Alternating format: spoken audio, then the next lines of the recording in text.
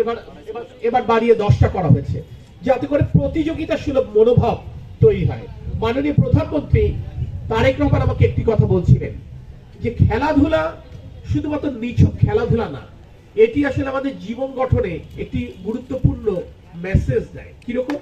তোমরা যারা খেলাধুলা করো প্রতিদিন দেখবে, এখন তো ওয়ার্ল্ড কাপ চলছে, নিশ্চয়ই প্রতিদিনই আমরা ফুটবল টুর্নামেন্ট খেলছি, কখনো ব্রাজিল আর্জেন্টিনা, কখনো ফ্রান্স স্পেন আমরা খেলি।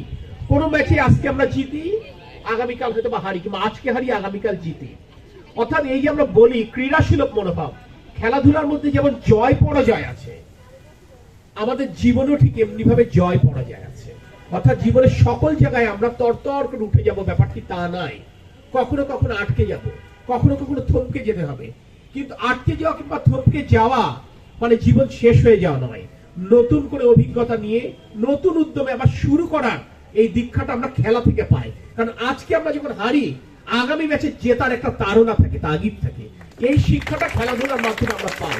তাই মাননীয় প্রধানমন্ত্রী এই খেলাধুলাটা, এই শিক্ষা জীবন থেকে শুরু করতে চায়। তাহলে আমরা যারা রাজনীতি করি, আমরা যে নির্বাচনে যে জয় পরাজয়ের ফলাফল মেনে নিতে পারি না, এই মানসিকতাটা ওই খেলাধুলা করতে করতে আমাদের মধ্যে ইনশাআল্লাহ তৈরি হয়ে যাবে। যেটি আমাদের তৈরি হয়নি, তোমাদের তৈরি হবে সে আশা প্রকাশ করি। কারণ আগামী দিনের বাংলাদেশ তোমাদের চোখ দিয়ে বাংলাদেশের স্বপ্ন দেখে, আর তোমাদের হাত দিয়ে সে বাংলাদেশটা করবে সে প্রত্যাশা করে।